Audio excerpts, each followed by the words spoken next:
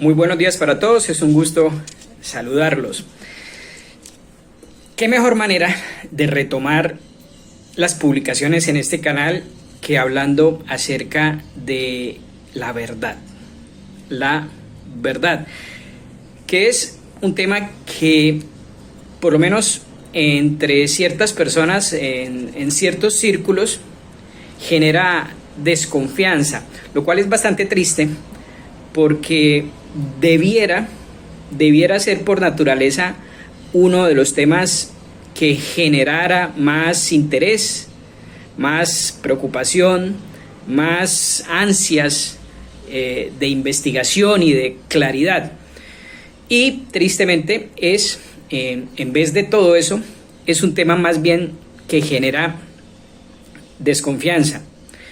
El que hoy en día habla de la verdad o el que hoy en día dice tener la verdad en algún tema, el que afirma esto es verdad, esto que estoy diciendo es verdad, se hace sospechoso.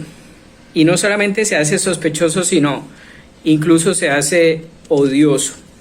Hoy, más que poder decir esto que estoy diciendo es verdad y usted, querido amigo, está equivocado, pareciera que hoy más que poder decir eso, tuviéramos que todos limitarnos a expresar meras opiniones, meros puntos de vista y decir siempre que abrimos la boca, esta es mi postura, esta es mi opinión, pero si tú tienes otra, es muy respetable porque nadie tiene la verdad. ¿Cuántas veces todos nosotros hemos escuchado esa expresión? Incluso ayer, justamente ayer, hablando yo con una persona que podría llamarse inteligente, una persona con muchos títulos universitarios, entonces pues no es un tonto, por lo menos. Hablábamos de neurociencias, psicología, teoría del yo, estábamos hablando de muchas cosas y él, aunque no lo decía de frente, se notaba que era favorable a estas posturas netamente materialistas, donde todo viene reducido al cerebro, con sus neuronas, con su química, con su física. No lo decía, pero era evidente. Y yo pues le hablaba del yo, de la conciencia, etcétera, etcétera. En un punto de la conversación, esta persona, tal vez para cerrar ya la conversación y poder irse, me decía: bueno, Leonardo, muy interesante, pero finalmente todos son teorías. Eso que usted está diciendo es una de las tantas teorías y hay otras, hay muchas y siempre vamos a tener teorías. Lo cual, en otras palabras, significa la verdad no existe, hay teorías, hubiera podido decir también opiniones, perspectivas, posturas, aproximaciones, las opciones son muchas, pero todas significan básicamente lo mismo, no existe la verdad.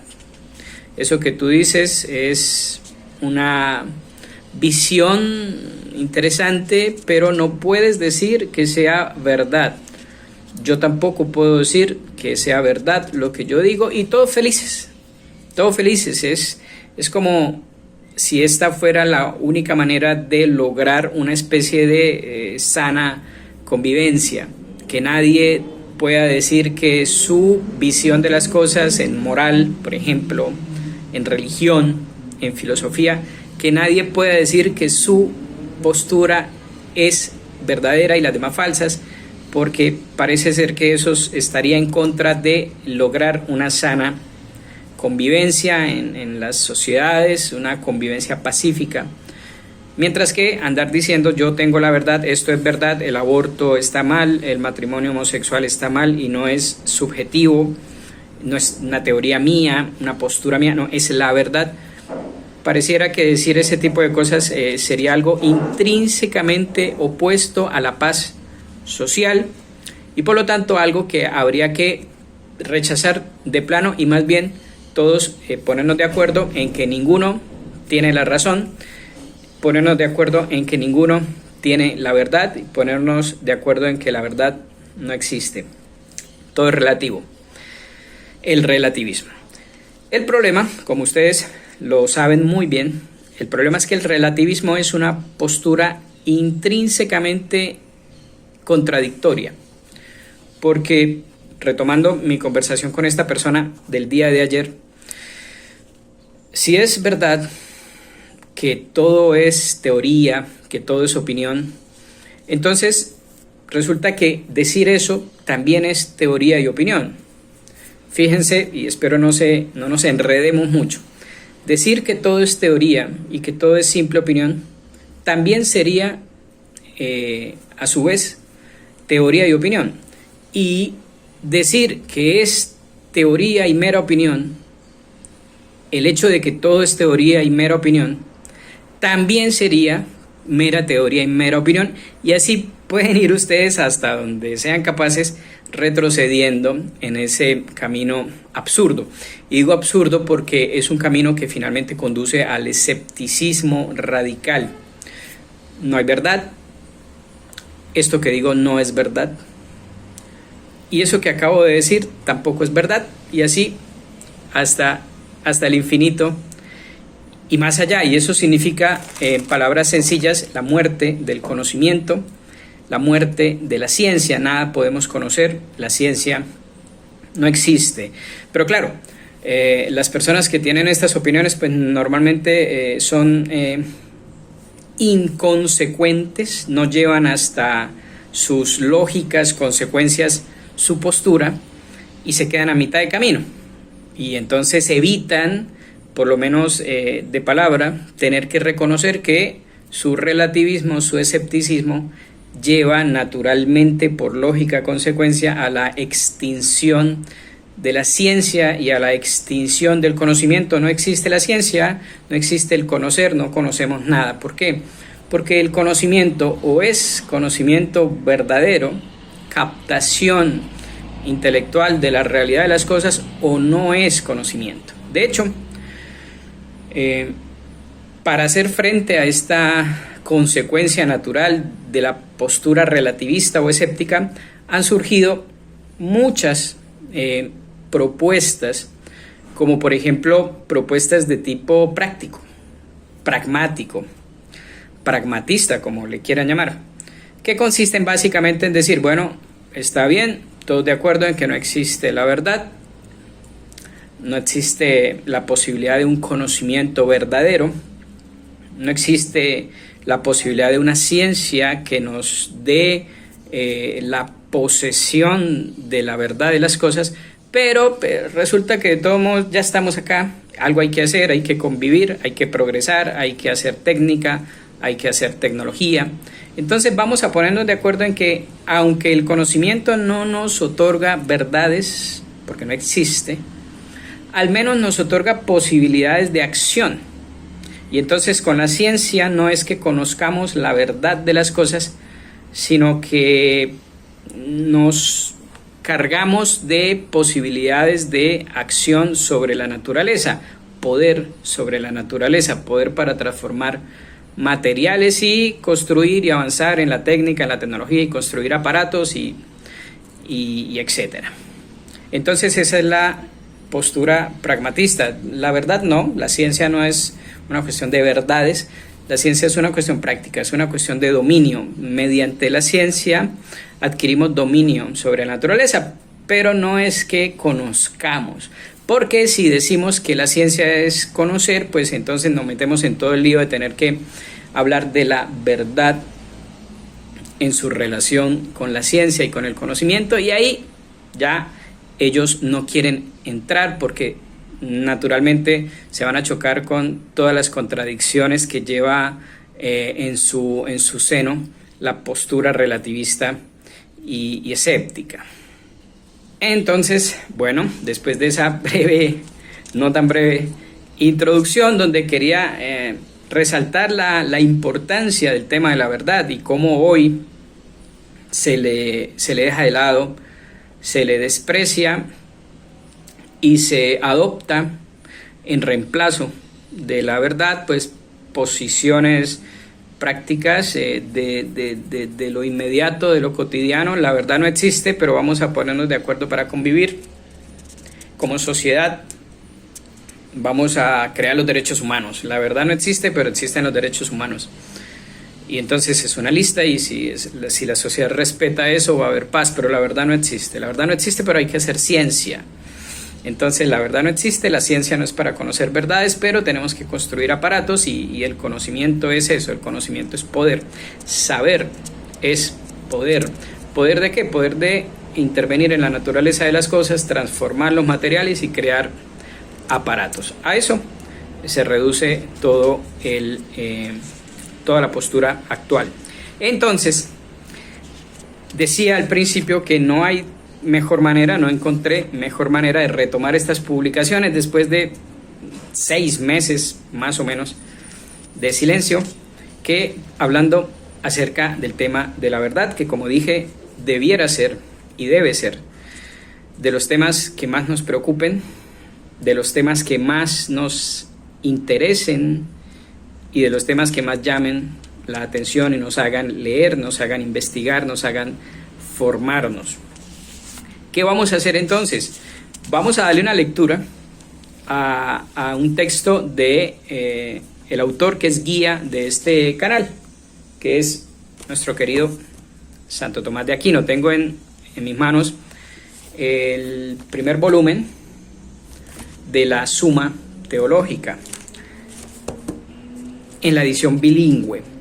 Y vamos a revisar específicamente la cuestión 16. Los invito a que ustedes allá, si quieren, pausen el video el tiempo que sea necesario, horas, días, y denle ustedes una leída a esa cuestión.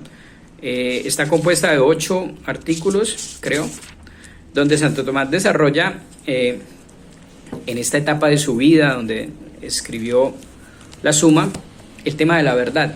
¿Por qué digo que en esta etapa de su vida? Porque ya antes había hablado también de la verdad. Acuérdense ustedes que una de sus primeras obras, cuando todavía estaba en su primera permanencia en París como maestro de teología, escribió las famosas cuestiones disputadas de veritate acerca de la verdad. Entonces, claro, ya había hablado de la verdad en esa y en muchas otras obras, pero aquí vamos a tomar como referencia lo que escribió en la cuestión 16 de la primera parte de la Suma Teológica.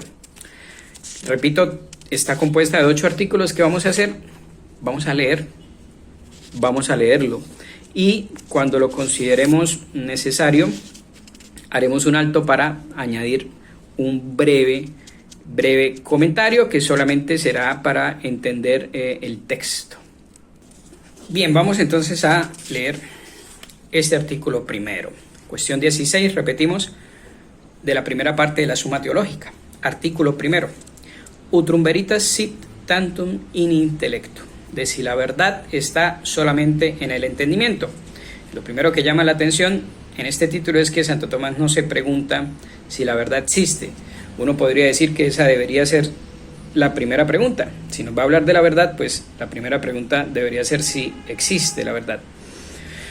Pero recuerdan ustedes por allá en la primera, creo, cuestión del Tratado acerca del hombre, cuestión 75, que comienza Santo Tomás preguntándose si el alma es cuerpo, y decíamos por allá que muy raro que nos va Santo Tomás a hablar del alma, y uno creería que la primera cuestión es averiguar si el alma existe.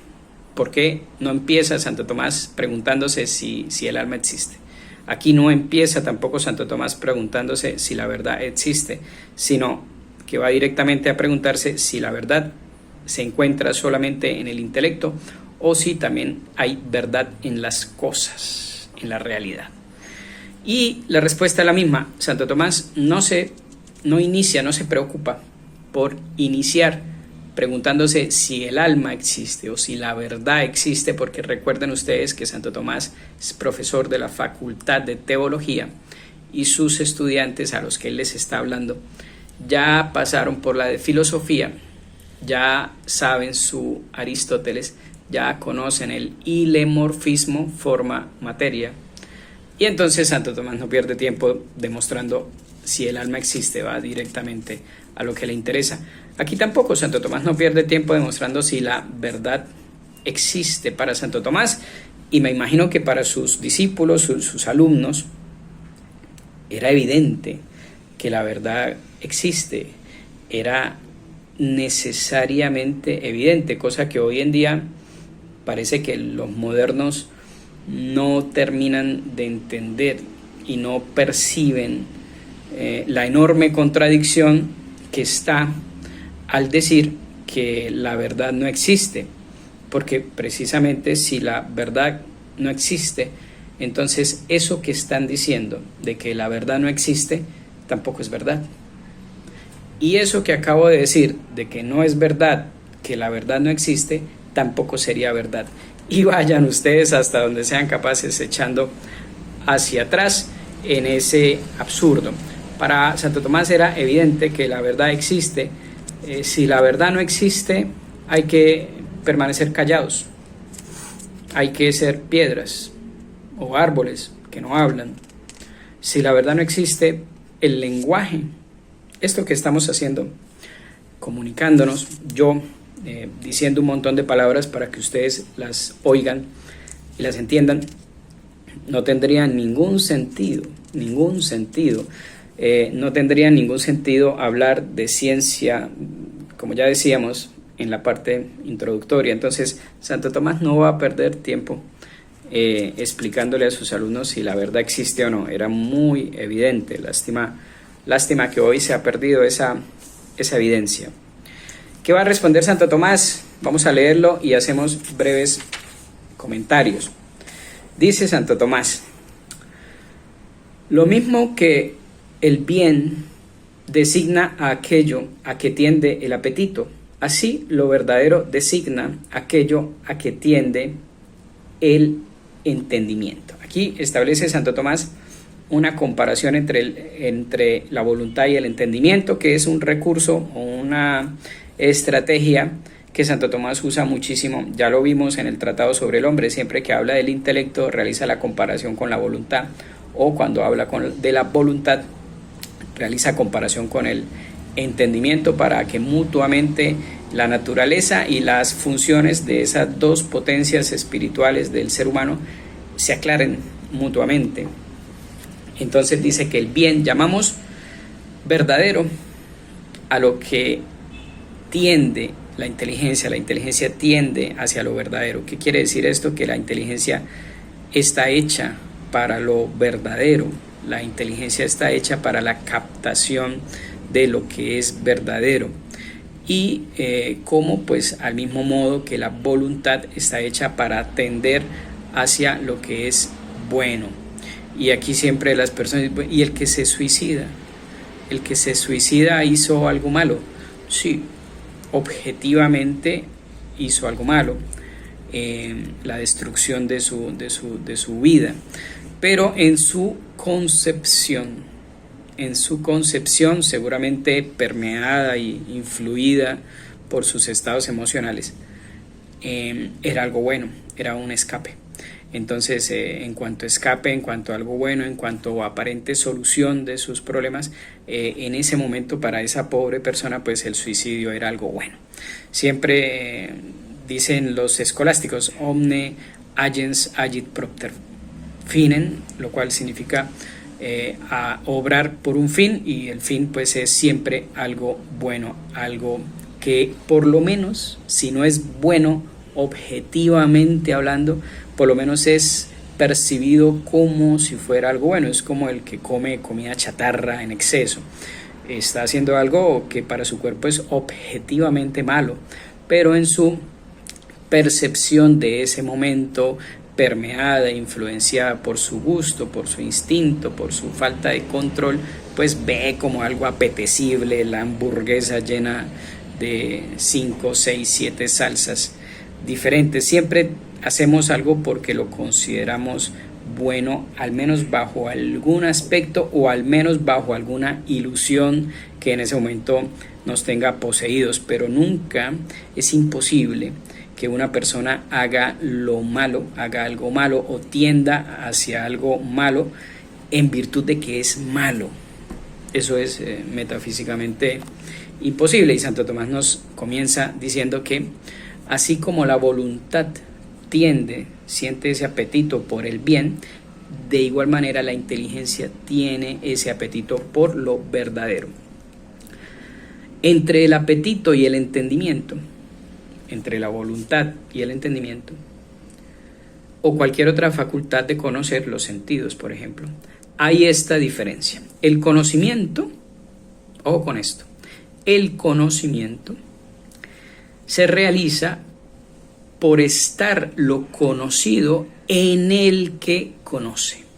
Y en cambio la apetencia o el apetito de la voluntad se realiza porque el que apetece se inclina hacia lo apetecido, por lo cual el término o fin del apetito, que es el bien, está en la cosa que se apetece, y en cambio el término del conocimiento, que es lo verdadero, está en el entendimiento.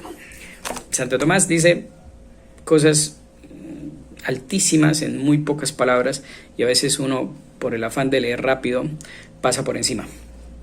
¿Qué nos acaba de decir Santo Tomás? Santo Tomás nos acaba de decir que la voluntad tiende al bien, la inteligencia a lo verdadero, pero hay una diferencia entre esas dos facultades y sus respectivos objetos, y es que el bien al que la voluntad tiende, como está en las cosas, implica una tendencia, un ir del sujeto hacia la cosa que ve o percibe como buena, mientras que lo verdadero, que es el objeto al que tiende la inteligencia, está en la inteligencia misma, en cuanto se produce esa unión entre la cosa y la facultad que se da en la misma facultad.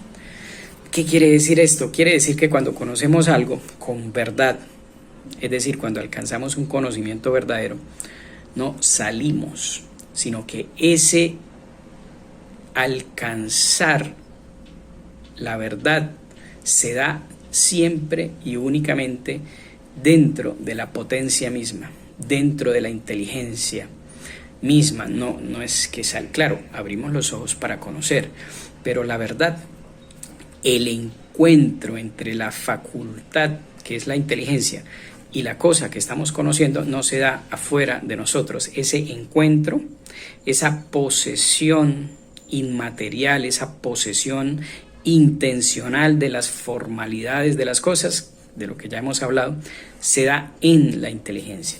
El apetito o la voluntad, cuyo objeto es el bien, inclina al sujeto hacia la cosa, es un ir hacia. En el caso de la inteligencia, que su objeto es lo verdadero, no es un ir hacia, sino es un poseer en la facultad misma. Esa es la primera diferencia que señala Santo Tomás. Sigue. Así como el bien está en las cosas, en cuanto éstas se ordenan al apetito, por lo cual la razón de bueno se deriva de la cosa al apetito, ya explicamos esto ahorita, que se llama bueno, el apetito, en cuanto es apetito de lo bueno. Así también, puesto que lo verdadero está en el entendimiento, en cuanto se conforma con su objeto, es necesario que la razón de verdadero se derive del entendimiento al objeto, para así llamar verdadera a la cosa por el orden que dice al entendimiento.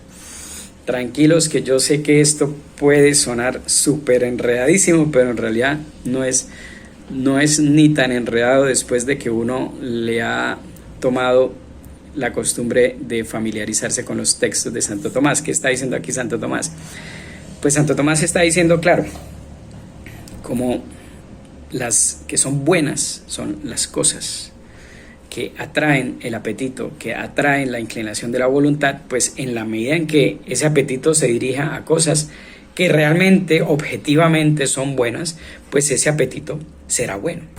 Por eso dice, la razón de bien se deriva de las cosas al apetito. Si yo quiero algo, me inclino, busco, deseo obtener algo que en sí y objetivamente es honesto y bueno, eso hace que mi voluntad, ese deseo mío, ese querer, esa inclinación sea buena. La bondad se deriva de la cosa a el sujeto, viene de allá hacia acá. Y al revés, si queremos algo que creemos en nuestra cabecita que es algo bueno, pero objetivamente es algo malo, como la bondad deriva de la cosa a la voluntad, pues si queremos lo malo, nuestra voluntad, nuestro querer, nuestra decisión de ese momento, nuestro deseo será malo. Y con la inteligencia pasa al revés, como lo verdadero, lo bueno está en las cosas. Por eso si quiero lo bueno, mi querer es bueno.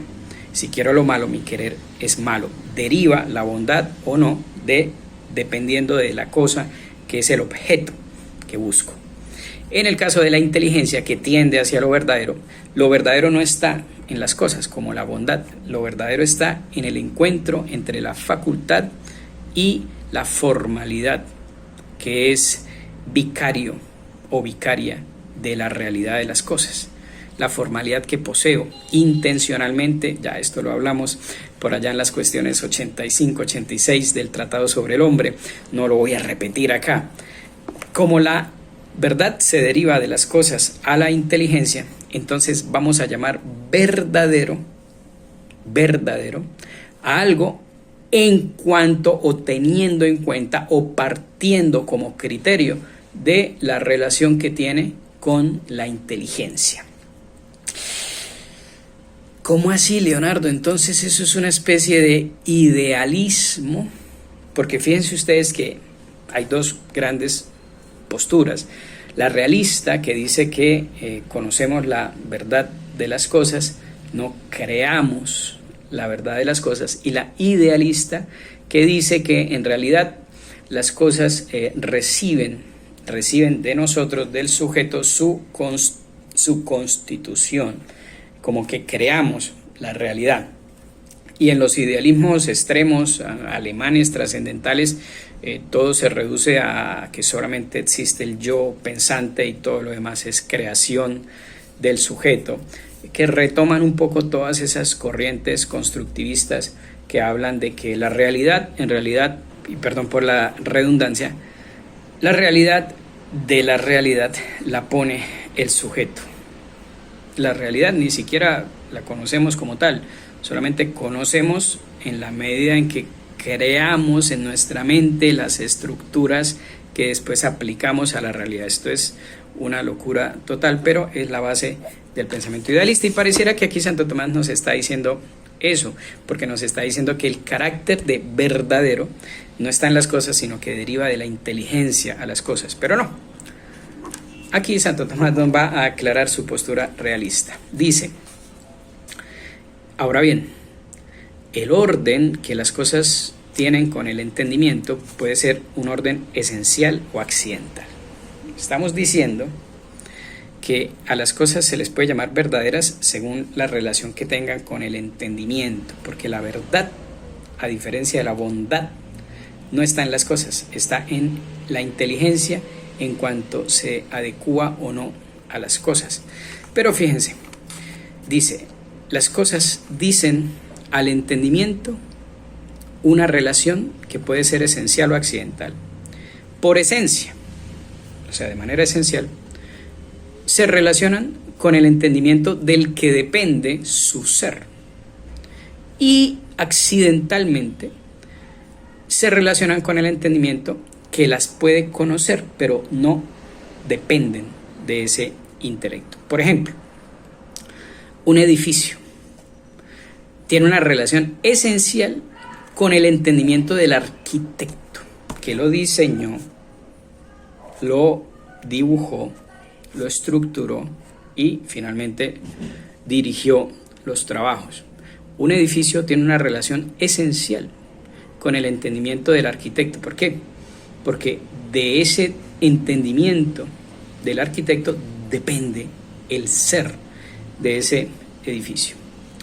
Mientras que ese edificio tiene una relación meramente accidental con el entendimiento del que no depende, pero que lo puede conocer, como por ejemplo un transeúnte. Cualquiera que pase y mire el edificio o mire los planos o entre y lo visite, con ese entendimiento de ese transeúnte, el edificio guarda una relación accidental. ¿Por qué? Porque al edificio le es perfectamente accidental que ese transeúnte pase y lo mire o no.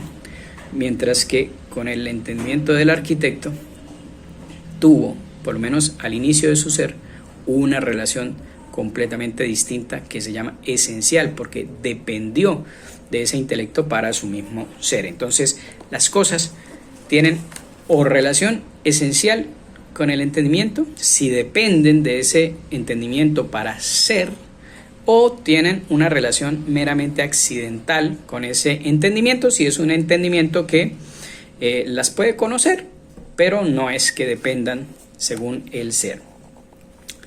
Ahora sigue Santo Tomás. El juicio, o lo que podemos decir, el juicio sobre una cosa no se basa en lo accidental, sino en lo esencial.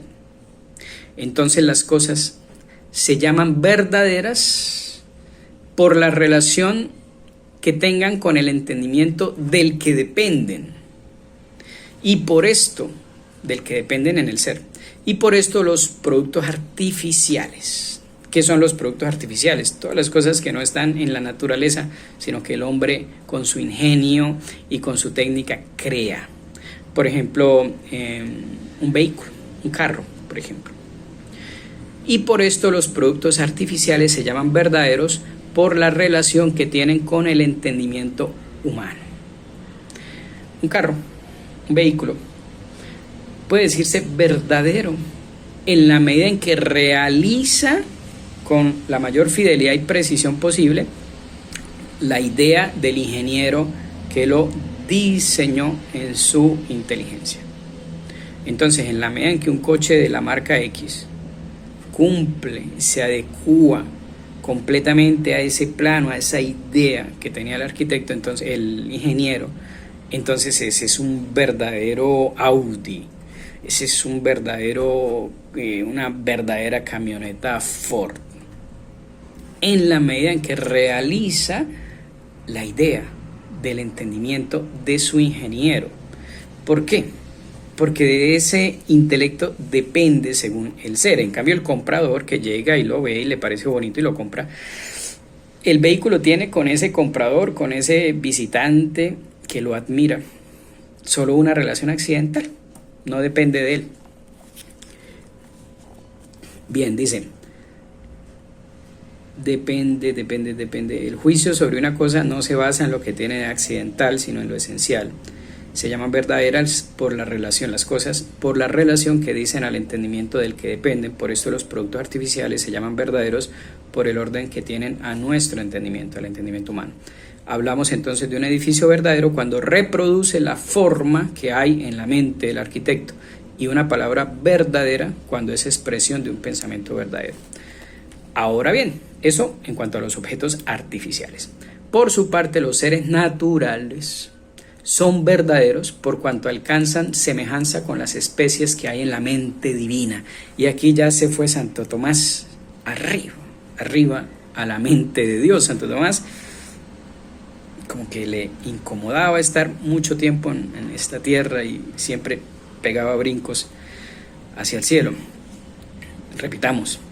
Por su parte, los seres naturales son verdaderos por cuanto alcanzan a tener semejanza con las especies que hay en la mente divina. Claro, la naturaleza del universo creado, los seres naturales, el conjunto de todos los seres naturales creados por Dios, serán verdaderos o son llamados verdaderos en la medida de su semejanza ¿con qué? si el vehículo, si el Audi es verdadero en la medida de su fidelidad a la idea del ingeniero, las cosas naturales serán llamadas verdaderas en la medida de su participación o semejanza con las ideas presentes en la mente de Dios, todas las cosas naturales. Y este es el misterio de la creación, que lo toca Santo Tomás un poco más adelante. La creación consiste en que Dios participa por su sola bondad, da a participar algo de su infinita perfección a un montón de cosas que llamamos seres naturales. Y cada uno, según su modo de ser, participa algo de esa mente riquísima e infinita en perfección, que es la mente de Dios y que es el modelo de todas las cosas creadas, desde las más sencillas, que solamente tienen de perfección el existir, hasta las más sublimes, como los ángeles, que además del existir, pues tienen el vivir, el intelecto, la actividad intelectual, la pura espiritualidad, etcétera, etcétera. Todos los seres naturales, desde la última piedrecita hasta el ángel de más elevado rango, son participación o semejanza de la esencia de Dios. Y entonces son verdaderos en la medida de esa misma semejanza. Vamos a ver. Llamamos verdadera piedra a la que tiene la naturaleza propia de la piedra según la concibió el entendimiento de Dios. Por tanto, la verdad está principalmente en el entendimiento y secundariamente o derivadamente en las cosas, en cuanto se comparan con el entendimiento como con su principio. Vamos a dejar hasta ahí. Hasta ahí termina Santo Tomás. Dice un par de cosas más al final, en un último párrafo, pero lo vamos a dejar hasta ahí y nos quedamos con una breve reflexión a propósito de este mundo descreído de la verdad. Es muy fácil entender cuando hacemos la comparación con las cosas artificiales. Piensen ustedes en una máquina cualquiera, puede ser la más sencilla hasta la más hiper complicada. Es muy fácil entender que ese aparato, una calculadora, por ejemplo, esa calculadora, su ser, su modo de ser, sus funciones, sus materiales, etc., dependen del diseñador, del ingeniero que la diseñó, que armó sus planos, su programación, etcétera, etcétera. Y entonces vamos a decir, es una verdadera calculadora, no sé qué marca de calculador, Casio, se me viene a la mente, he visto por ahí. Es una verdadera calculadora Casio en la medida en que corresponde con los diseños o los modelos creados por el ingeniero. Y es muy fácil de entender, decimos claro, si no sería una falsificación, si no sería falsa. Y pasa, por ejemplo, con la ropa. La ropa se falsifica bastante. Y piensen ustedes en una marca reconocida de ropa. No vamos aquí a hacerle publicidad a ninguna. La marca Pepito, muy reconocida a nivel mundial, usa unos materiales de primera calidad y sus acabados y sus diseños son espectaculares. Una prenda será verdaderamente marca Pepito si corresponde con todo el diseño de la persona encargada en esa empresa de los diseños, y de resto será una falsificación porque tiene otros materiales, tiene otro diseño, otros acabados, será una falsificación, será una prenda falsa. Aquí ya hablamos de la falsedad. Será una prenda falsa. O los relojes también los falsifican mucho. Hay marcas de relojes muy costosas, pero que cumplen con el diseño del encargado allá, el ingeniero, no sé. Y los falsifican porque son hechos con otros materiales más baratos o con otros diseños, con otra maquinaria, sola apariencia. Entonces es un Casio, quedémonos con Casio, es un reloj Casio falso. Y a nivel de las cosas artificiales es muy fácil entender la relación que guarda la cosa, el aparato, la máquina, la prenda de vestir, el reloj, etcétera, con la inteligencia de su diseñador, del ingeniero, del arquitecto. Y sabemos entonces cuándo es falso, cuándo es verdadero. La cosa cambia cuando hablamos de las cosas naturales, de ti, de mí, de los planetas, de las galaxias, del último gusanito, de la última piedra, hasta todo el reino animal, hasta las milicias angélicas en el cielo, los tronos de los ángeles. En ese caso, ¿cuál es la inteligencia con respecto a la cual podemos decir verdadero a algo? Ahí, cuando estamos hablando de los seres naturales, entonces esa inteligencia, que es el criterio, la medida para llamar verdadero algo, es nada más y nada menos, según Santo Tomás, que la inteligencia de Dios, creador de todas las cosas. Y no sé, tal vez el tema de la verdad produce hoy tanta desconfianza, tanto rechazo, tanta aversión, porque precisamente bien estudiado el tema de la verdad lleva a Dios, desemboca en la consideración de Dios como causa, y puede ser que por esto sea hoy, en una época profundamente de espaldas a Dios, puede ser precisamente por eso que hoy la verdad no goza de buena fama y se le ve con desconfianza, se le persigue, se le rechaza y tiene mala prensa. La verdad, porque desemboca en Dios.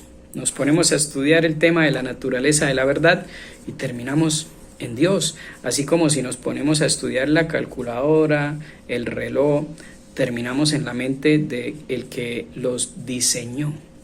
Si queremos entender completamente un vehículo, tenemos que ir a los planos y a los diseños que hizo el conjunto de ingenieros o el ingeniero que lo diseñó. Si queremos tener un conocimiento profundo y completo y perfecto de ese aparato, hay que ir a la mente del que lo diseñó. Esto se entiende muy fácilmente cuando estamos en el terreno, repito, de las cosas artificiales, de los aparatos, de las máquinas.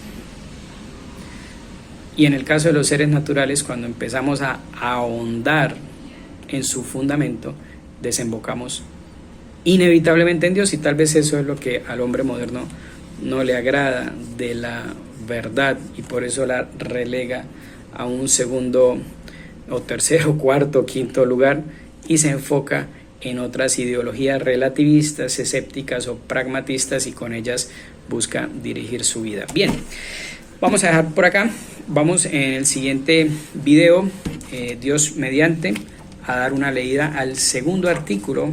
La idea es revisar los 8, al segundo artículo de esta cuestión, que desde ya les adelanto, el tema está por acá. El tema es ad secundum sic proceditur, videtur quod veritas non sit solum in intellectu componente et dividente. ¿Qué quiere decir eso?